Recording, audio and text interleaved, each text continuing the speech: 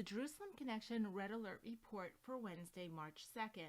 Today we continue our discussion with Israeli Institute for Strategic Studies, Barry Shaw. Barry is a prolific writer and researcher and hosts an interview show called A View from Israel. Barry is a staunch advocate for Israel and enjoys sharing his experience and research with diverse audiences. We have much to learn from his insights. Actually, what's happened in America is the people who hate the Jews and hate Israel and hate America have been very sophisticated. They have adopted now a secular form of Islamism and apply that against America and also apply it against Israel. Now, you mentioned something before, and I'd like to give you and your viewers a different perspective you may not have heard before. Oh, we'd love that. And I'm going to wrap it up by, well, you can look at me. I'm not exactly the orthodox sort of rabbi figure that you might have expected to say something like this. But, and you'll be surprised that I come up with an expression, a biblical expression that I find still relevant today. And this is the quotation that I will bless those that bless you, and I will curse those that curse you. Now you would say, what the heck is he talking about? How can this be relevant in today's world? It's one of the core verses on our website. Okay. So we understand it, but I would love to see how you view that verse. I like watching the eyes of my Christian audiences when I'm talking them, because when I do, their eyes open up and what the heck is he going to talk about now? Right. But let me give you some information that your people won't know about, and it comes from an Israeli perspective, but it links into what I say. You'll see it when I get to the end. Sure. For instance, let me talk about President Barack Obama. Now, I don't know if you're aware of this, but the final act of his presidency, virtually just days before he left the White House, was in a moment of spite. He went to the United Nations Security Council to help a resolution which says that Jews living in Judea and Samaria is illegal under international law. He got Joe Biden, his vice president, to drum up the support before it came to the vote. This United Nations Security Council vote, 334, was passed. Usually, the United States holds a veto in the Security Council. He didn't do so. This was Barack Obama's final act as president of the United States by stabbing the Jewish state in the back. Why would he do that? Now, some people say it was because he was fed up with the Israeli Prime Minister, Benjamin Netanyahu, banging on to the fact that the Iran nuclear deal the Obama administration was pushing through, giving, of course, Iran planefuls of cash dollars, was very bad, not only for Israel, but from the United States. And yes, he was offended when Benjamin Netanyahu not only addressed the United Nations General Assembly about this, but in fact, addressed Congress. He was fuming about it. But I wanted to point something out to you. Barack Obama wrote a book called, would you believe, A Promised Land? I just want to point out, and I've got some notes here, so pardon me if I run through it. Oh, absolutely. He wrote in this book, A Promised Land. By the way, I just want to remind your viewers that this final act of stabbing in Israel in the back was on the eve of the Jewish Hanukkah and the Christian Christmas in the United Nations. But he promised this book in chapter 25. I don't advise you to buy the book because it'll help you, man. On chapter 25, dealing with the Middle East, it has a brief history of Israel and Obama's perception on how and why the Jewish state was created in the first place. And it's fundamentally revealing to see his ideology at play, because his political thinking was framed in his policies of thought brought out of this sort of thinking. Israel's foundation is appalling, at least his interpretation of it. He uses the same terminology as any employed by any strident anti-Israel BDS activist that denies the nation's right to exist. He looks at the birth of Israel from an Arab perspective. He provides a skewed accounting of the Balfour Declaration of 1917, which you can see on the back of one of my books, by the way. He claims it to be a source of the problem between Jews and Arabs, which may be true, but there wasn't, because the Arabs refused to allow a Jewish state anywhere, even as they were gobbling up Jordan, Syria, Iraq, and Lebanon at that time. If you remember 1917, there wasn't a United Nations, there was a League of Nations, and they divided up the countries to give the Arabs what they needed and give the Jews the right to reestablish and reconstitute the Jewish state in Palestine.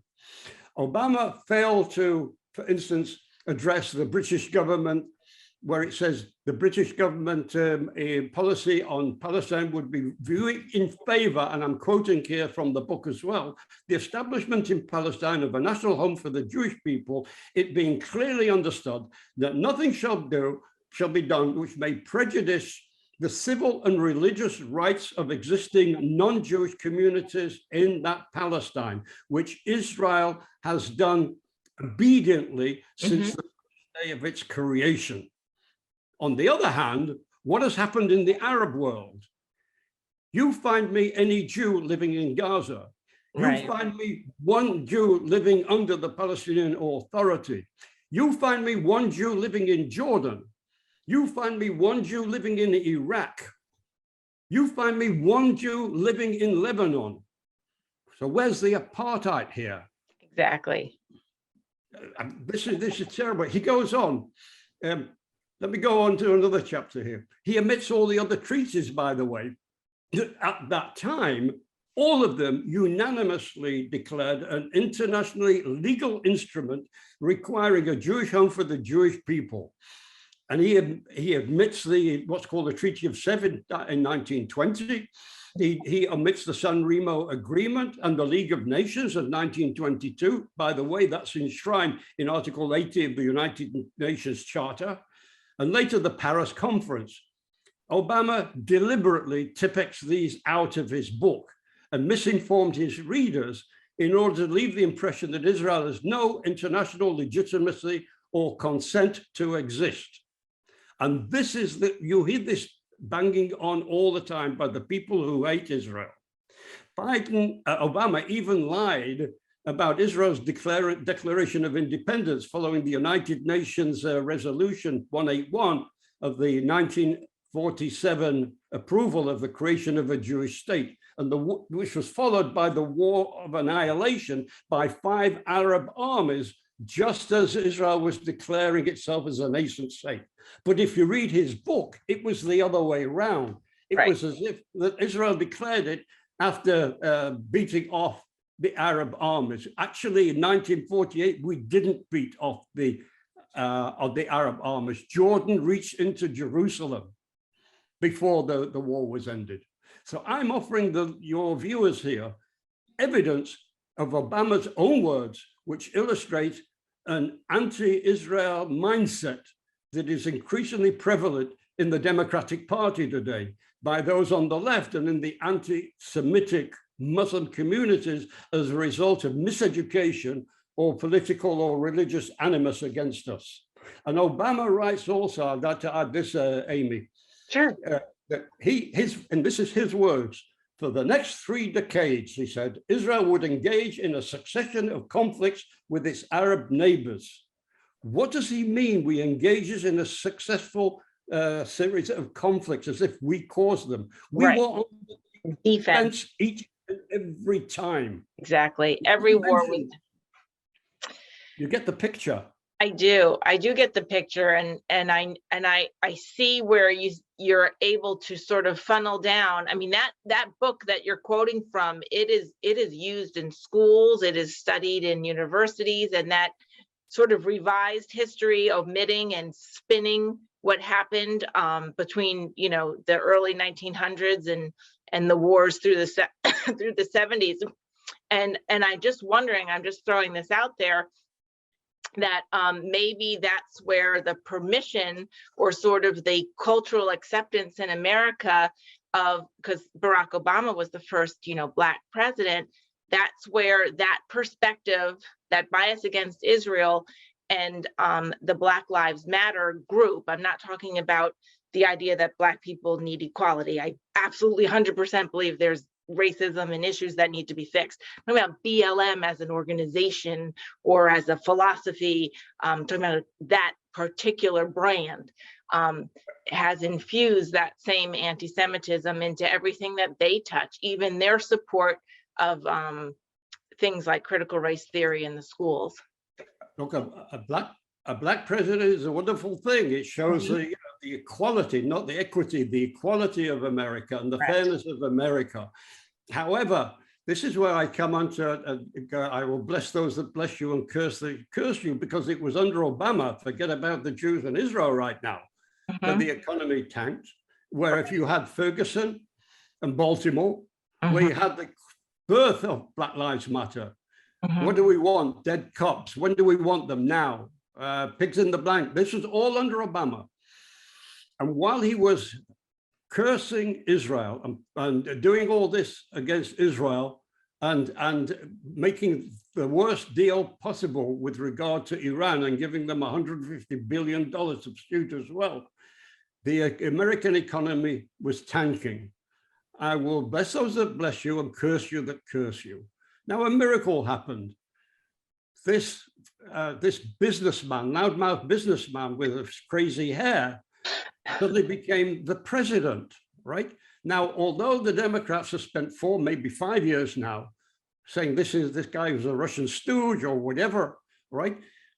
What did this non-politician do? He not only recognized Jerusalem as the capital of the Jewish state, he actually moved the embassy there.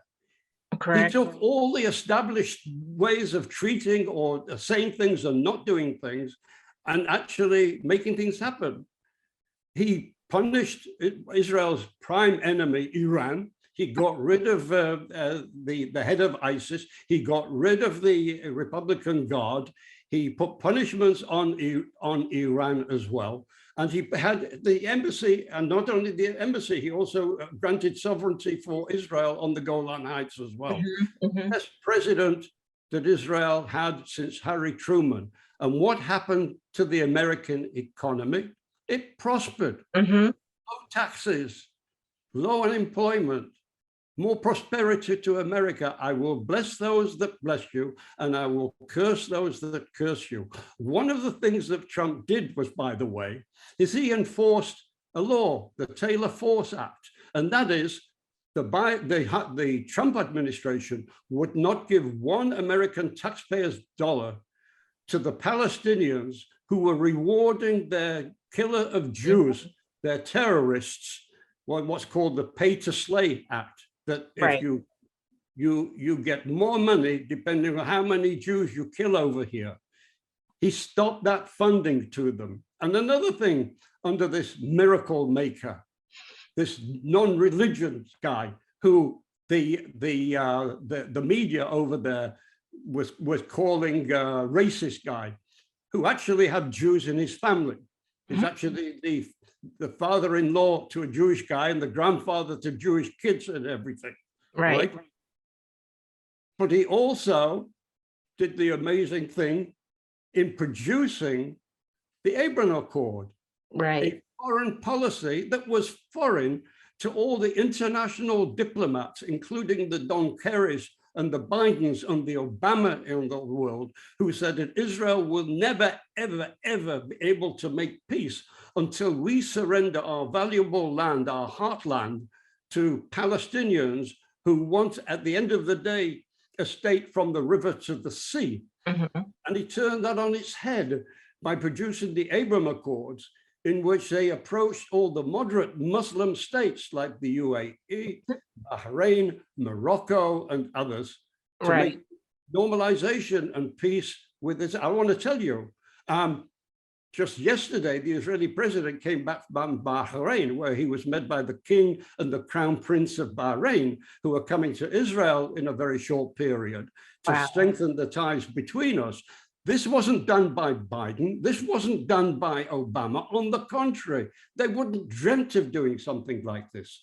This was done by this non-politician who the left and the Democrats hate and call all sorts of abusive names, Donald Trump.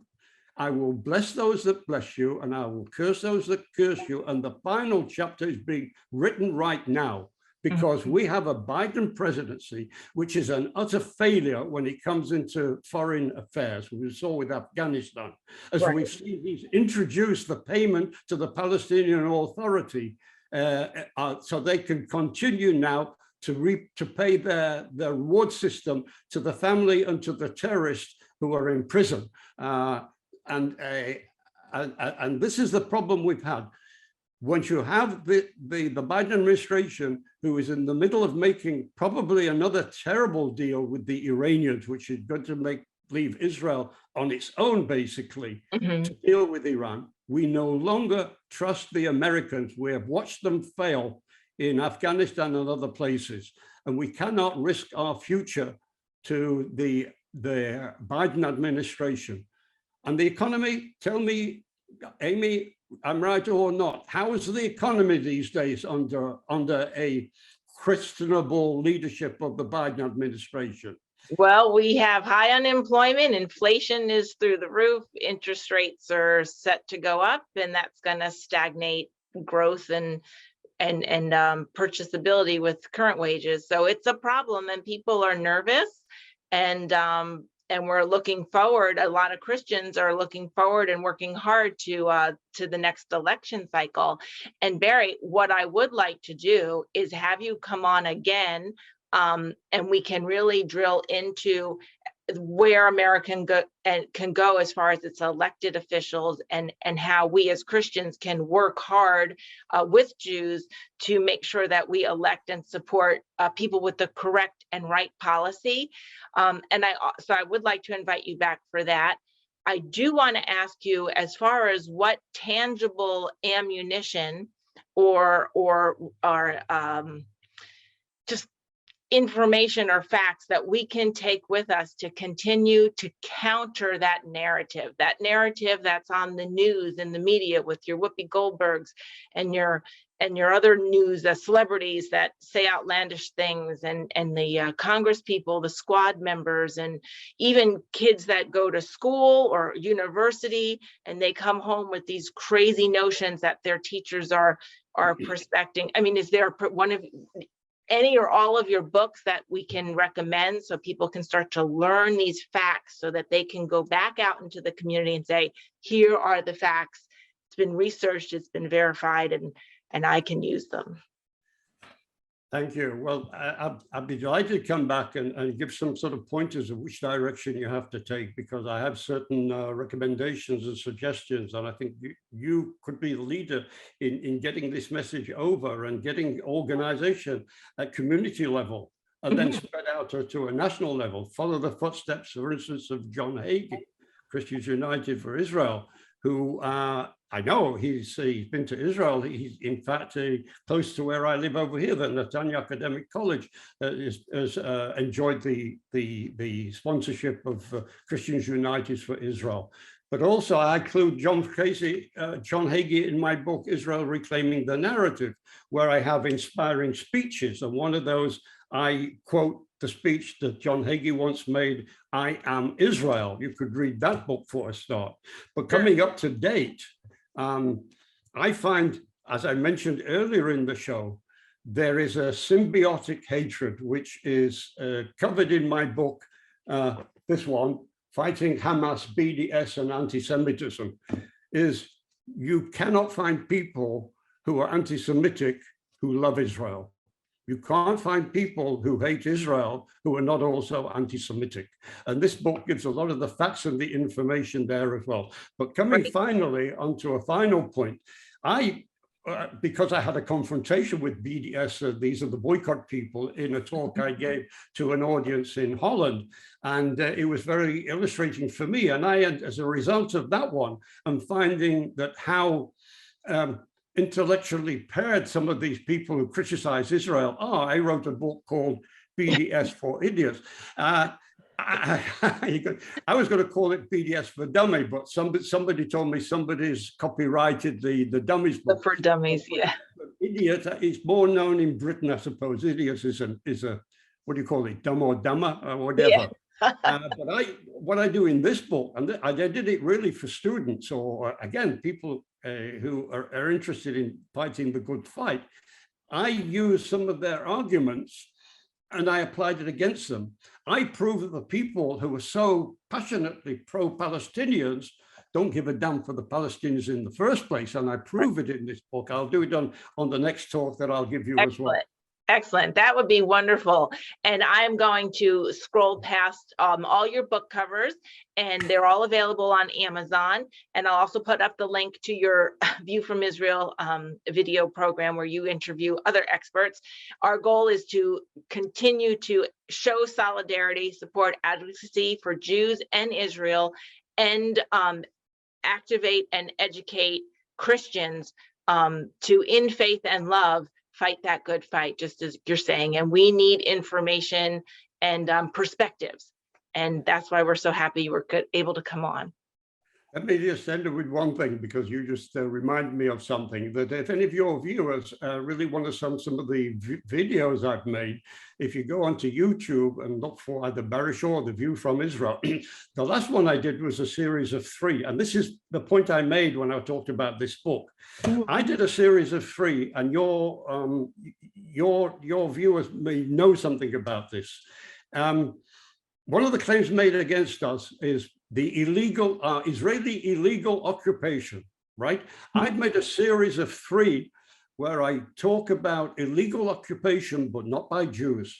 I talk about Jerusalem, I talk about the Negev, and I talk about the Palestinian Authority and the Europeans moving Bedouin and other people into what's called Area C, which is part of Judea and Samaria, that according to all international agreements are under strict Israeli administrative, civil, and military security control until any permanent peace agreement with the Palestinians. So again, go there, look for some of these videos, and let's talk about it in another show. Okay, thank you so much, Barry. We will share all those links so our folks can find them. And we really appreciate your time with us from Israel, and we will be having you back again. Everybody expect Barry Shaw to be back with us again soon, especially as the November elections come close. Okay, thank you, Amy. God bless you for what you're doing, and thanks for all your viewers for your support of Israel. Thank you. God bless. Bye. Bye. Our sincerest gratitude to Barry for sharing so much of his time with us. Please be sure to follow his good work on YouTube for his interview program, his Institute's website for his articles, Jerusalem Post hosts his blogs, and you can follow him on Facebook and LinkedIn so you are alerted to each of his latest releases. For further research and insights, you can find all of his books on Amazon. Shavua Tov, and have a great week.